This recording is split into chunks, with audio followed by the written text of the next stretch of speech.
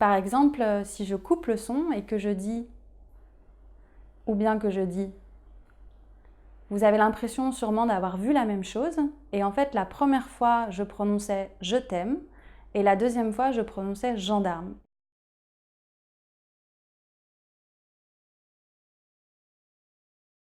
Si je dis « je t'aime » ou « gendarme », vous voyez bien qu'en ajoutant la main, c'est des gestes différents et que du coup, la personne sourde, elle va déchiffrer ce qu'il y a sur la main et déchiffrer ce qu'il y a sur les lèvres.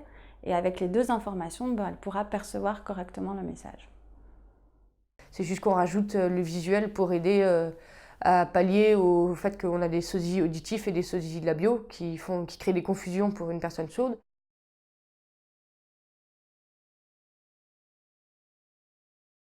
C'est simple, enfin, il y a 8 clés avec la main, 5 positions autour du visage, et on a tout le français avec ça. Donc, En fait, la personne qui parle va coder chacune de ces syllabes avec la main. La position par rapport au visage de la main va donner l'information sur les voyelles et la configuration de la main va donner l'information sur les consonnes. Et ça, on appelle ça les clés en fait, les clés manuelles. Les araignées.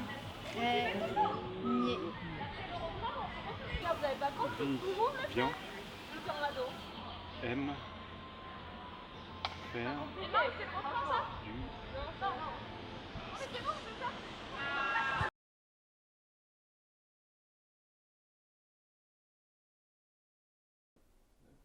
Donc voilà, donc en fait le code, il y a différentes façons de se former. On peut se former via l'ALPC, via les associations de parents qui sont souvent les associations locales. Dans certains centres médico-sociaux aussi également, il y a des formations justement pour se former et dans certains CHU, alors pas dans tous. Je sais aussi que certains se forment aussi avec des orthophonistes aussi qui pratiquent le code. Et du coup, LPC, en fait, en un week-end, on va pouvoir apprendre les bases. Après, pour acquérir la vitesse et la fluidité, faut quand même le pratiquer assez régulièrement, tous les jours, voilà, pour acquérir un certain niveau, quoi. L'ail. Ah oui, si on décompose, il y a le son la et il. L'ail. Ouais. Elle aime bien aller au cinéma.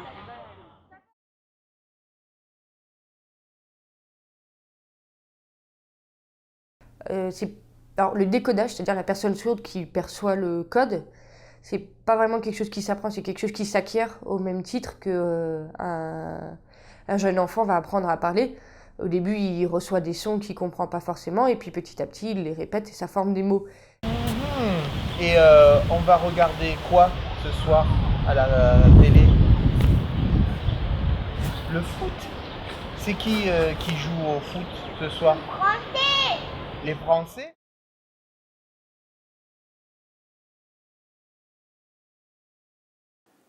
Alors on utilise le code au quotidien avec Amandine, pas tout le temps, mais les moments où on parle voilà, en famille, qu'il y a beaucoup d'échanges, et donc à ce moment-là, on répète en codant les moments où c'est bruyant autour d'elle, où elle n'a pas son implant. Nous, on l'utilise après plus dans notre métier, on va l'utiliser en majorité à l'école, mais on se rend compte qu'après on peut l'utiliser également pour des adultes sur des conférences, sur des formations, enfin on en accompagne aussi beaucoup, enfin, dans mon métier j'en accompagne.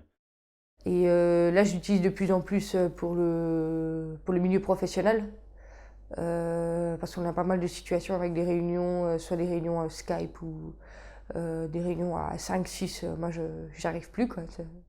En famille, mes parents et ma soeur, ils ont appris le LPC et ils l'ont utilisé, comme aujourd'hui encore, quotidiennement, pour les repas en famille, pour toutes les situations de vie, en promenade, de la rue, dans la salle de bain.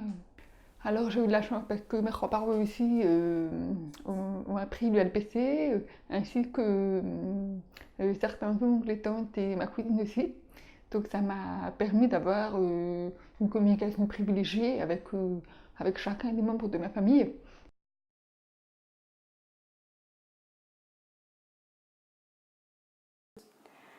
Amandine bénéficie de l'accompagnement par une codeuse professionnelle en classe depuis son entrée à la maternelle.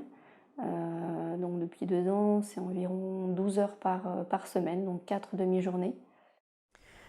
À l'école primaire, j'ai eu à peu près une dizaine d'heures par semaine qui me permettaient de comprendre ce que disait la maîtresse et aussi de comprendre les énoncés.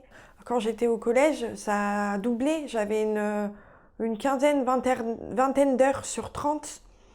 C'était quand même la moitié et je sélectionnais les matières où il y avait besoin de code. Et pareil pour le lycée.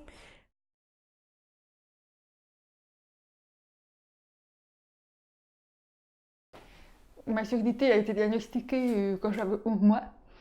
Donc mes parents ils ont entendu parler du LPC par une orthophoniste. Et donc ils se sont mis à apprendre le LPC.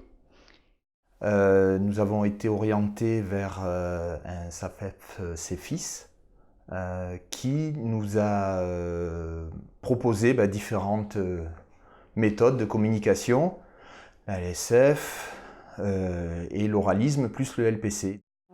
Donc ce stage, nous en avions eu connaissance au centre d'orthophonie où était suivie ma fille, donc la psychologue nous en a parlé.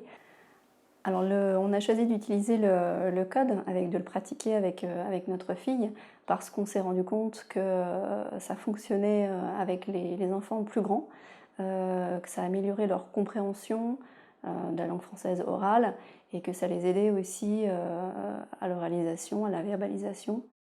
Et ça nous a paru être un bon support à l'apprentissage du français et on a vu de suite l'intérêt aussi par rapport à la scolarisation de notre enfant. Donc, il n'y avait pas d'autres enfants sourds dans ma classe. Ça a été, on va dire, des échanges assez intéressants parce qu'à la fois, ils étaient intéressés par apprendre le NPC. Donc, souvent, aux récréations, je leur donnais des petites leçons de NPC et on s'entraînait ensemble.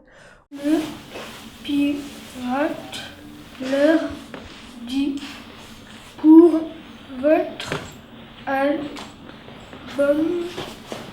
de famille.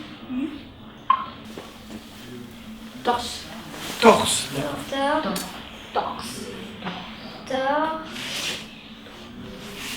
Était nu et